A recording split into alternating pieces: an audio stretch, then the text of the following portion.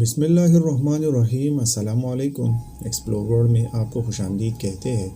معزز ناظرین، ہم میں سے اکثر لوگ کوہ نور ہیرے کی تاریخ سے تو واقف ہے، لیکن آج آپ کو ایک اور قیمتی ہیرے کے بارے میں بتاتے ہیں، تو چلیے ویڈیو کو شروع کرتے ہیں۔ جیکب ڈائمنڈ دنیا کا 5واں بڑا ہیرا ہے اور اس کا شمار دنیا کے مہنگے ترین ہیروں میں کیا جاتا ہے۔ ماضی میں اسے شاہی یا عظیم سفید ہیرے کے نام سے بھی پکارا جاتا تھا۔ یہ 39.5 ملی میٹر گہرا ہے اور اس کا وزن تقریباً 36.90 گرام ہے۔ اس کی تاریخ کوہ نور ہیرے کی طرح خونی تو نہیں، لیکن بے حد دلچسپ ضرور ہے۔ کہا جاتا ہے کہ کاٹے جانے سے پہلے اس کا وزن 80 گرام ہوا کرتا تھا۔ 1891 میں الیگزینڈر مالکم جیکب نے اسے فروخت کے لیے پیش کیا۔ اس کا نام بھی اس وجہ سے جیکب ہے۔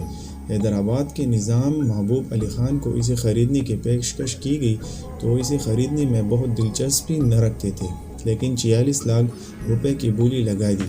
ان سے درخواست کی گئی کہ کچھ رقم گارنٹی کے طور پر جمع کرائے۔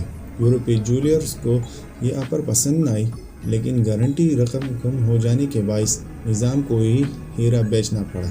معاملہ عدالت پہنچا اور بالآخر نظام نے اسے 23 لاکھ روپے میں خرید لیا۔ تاہم انہیں اس ہیرے میں بہت زیادہ دلچسپی نہ تھی۔